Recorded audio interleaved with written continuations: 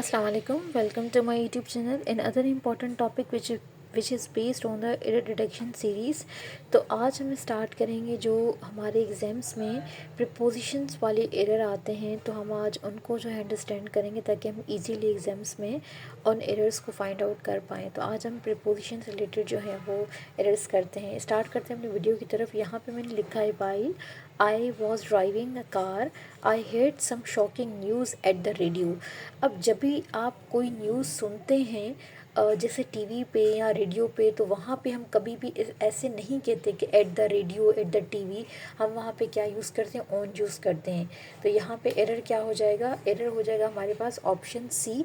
यहाँ पे क्या आएगा? ऑन आएगा। यहाँ के क्योंकि रेडियो की बात की, ये चीज़ हमने रेडियो पे सुनी या टीवी पे सुनी, तो वहाँ पे हम ऑन यूज़ करते हैं, एट यूज़ नहीं करते। ये चीज़ आपने याद रखनी है।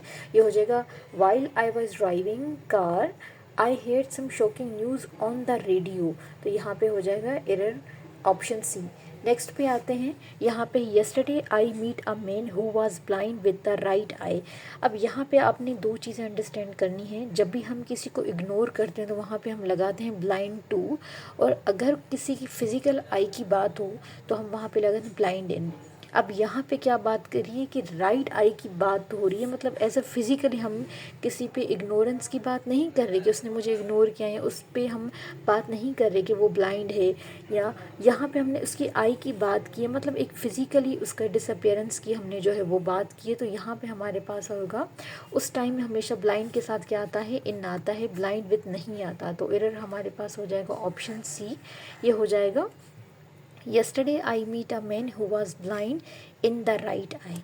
ठीक है, लेकिन जब इग्नोरेंस की बात होगी तो हम वहाँ पे ब्लाइंड के साथ डू लगाएंगे। जब अगर हम किसी की फिज़िकली जो है वो बात करेंगे, वो एक आंख से अंधा है, तो हम वहाँ पे ब्लाइंड इन लगाएंगे। ये चीज़ आपने याद रखनी है। अब आते हैं हम ऑप्शन सेंटेंस नंबर 3 पे। ही is guilty for killing an innocent bird. अब यहाँ पे आपने ये वर्ड याद रखना है कि प्रीपोजिशन एक बहुत कॉम्प्लिकेटेड टॉपिक है, तो आपने इसमें जो है वो कुछ जो है रेटाफिकेशंस भी हैं, कुछ फिक्स प्रोपोजिशन है, कुछ जो है कुछ के साथ क्या है वो कॉन्सेप्ट है। तो ये चीज़ आपने याद रखनी है। यहाँ पे अब क्या है? गिल्टी। जब भी आपने गिल्टी वर्ड देखा, गिल्टी के बाद हमेशा क्या आता है? ऑफ आता है, फॉर नहीं आता। तो एरर हमारे पास क्या है? Option B. ये हो जाएगा he is guilty of a killing an innocent bird. Guilty के साथ फोर नहीं आता, ये हमारे पास एरर है। फोर्थ पे आते हैं। यहाँ पे है my teacher was died with the cancer. Again, जब किसी की डेथ हो और उसका कॉज क्या हो? कोई बीमारी हो, तो उसके साथ हम कभी भी विथ नहीं लगाते, हम उसके साथ क्या लगाते हैं? ऑफ लगाते हैं। एरर हमारे पास क्या हो जाएगा? Option C. यहाँ पे क्या आएगा? ऑफ। ये हो जाएगा हमारे पास my teacher was died of cancer. तो ये चीज़ आपने याद रखनी है, इनके नोट्स बनाने हैं।